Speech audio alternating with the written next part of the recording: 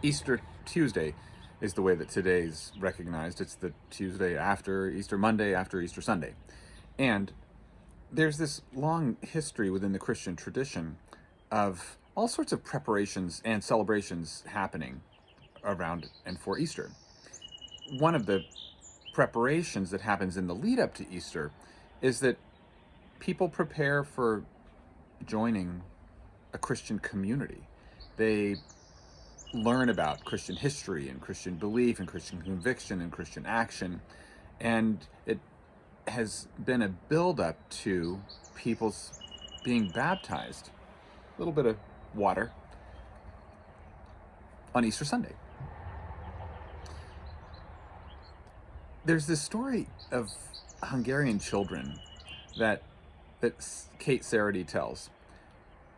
And what she says the children would do is on Easter Monday, the boys would make their way up to houses in town. And if it was a house where the girls lived, they'd go up to the house and they'd knock on the door and they would offer a blessing to the girls. And then they'd take a little water and they'd splash it on them. Apparently, it was all in good fun, for the girls would then invite the boys into their home. They'd have this time where they could share food, kind of Easter delectables. And then the girls would give the boys little Easter eggs, and they'd take the Easter eggs home. That was Easter Monday. And then on Easter Tuesday, the tables would switch around and the girls would get their chance to go out. They'd make their way knocking on doors, and they'd arrive at the boys' houses. They would offer them a blessing. They'd get some water and they'd splash the boys right back with water. And then the girls would get to go to the boys' homes. They'd share, whatever good Easter food was left over.